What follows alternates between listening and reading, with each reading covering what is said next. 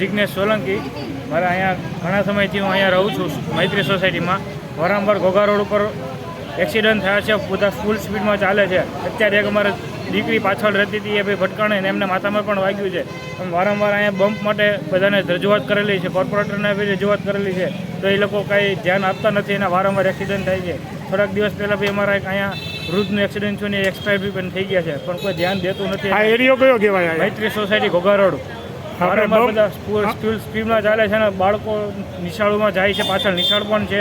વારંવાર બધા છોકરા પણ ભટકાય છે બધા, પણ કોઈ ધ્યાન દેતું નથી. અમે કોર્પોરેટરને પણ રજૂઆત કરેલી છે, પણ એ લોકો કંઈ ધ્યાન આપતા નથી કંઈ. હવે તમારી શું માંગ છે?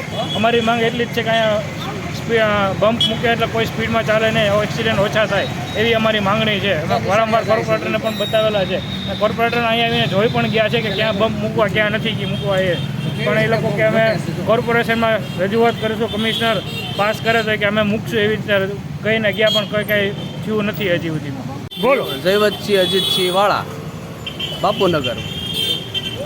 હવે અહીંયા પ્રોબ્લેમ એ છે કે જે મંત્રીથી જે આપણે શીતળામાં સુધીમાં જે બમ્પ બનાવવાનો હતો, જે શીતળામાના મંદિરની આગળ સાગર શું છે પારસ, હા હા, પારસ ગલ્લાની સામે હમણાં જ એક્સિડન્ટ થયું છે.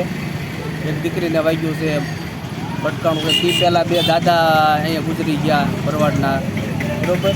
એવું એક્સિડન્ટ વારંવાર થયા રાખે છે. તો આનો કાંઈ કોઈ... આ દીકરી ક્યાં જઈને આવતી હતી? આ દીકરી ભૂલે જઈને આવતી હતી. એમાં એના અને શેની રોડ એનું એક્સિડન્ટ થયું? ટુ વ્હીલવાળા, ટુ વ્હીલવાળો ભાગી ગયો, બરાબર. એ રીતે આવે વારંવાર એક્સિડન્ટ થયા રાખે છે. નિશાળિયાને ઓલી સાઈડમાંથી આ સાઈડમાં નિશાળે જવાનું હોય તો એ તકલીફ પડે છે, બરાબર. અને વાહન આવે છે પૂરપાટ ઝડપે, બરાબર છે. અહીંયા બમ્પ નથી, એના લીધે આ બધા એક્સિડન્ટ થયા રાખે છે. એ દીકરીને અત્યારે વાગ્યું છે, ક્યાં લઈ ગયા? એને 108 ઉપરમાં લઈ ગયા છે દવાખાને સરકારી. ઓકે. દીકરી કેટલી ઉંમરની હશે?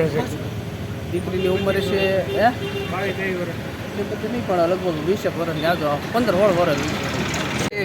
20-25 જણાએ થઈને સહીઓ આપી, ખોરાક કાગળમાં દીધી કે ભાઈ હવે આનો કાંઈક તમે ઓલું કરીને અહીંયા આનું ઓલું કરો, એમ બમ્પ બનાવો. પણ એ કાંઈ હજી કાંઈ એનો કાંઈ ઓલું થયું નહીં.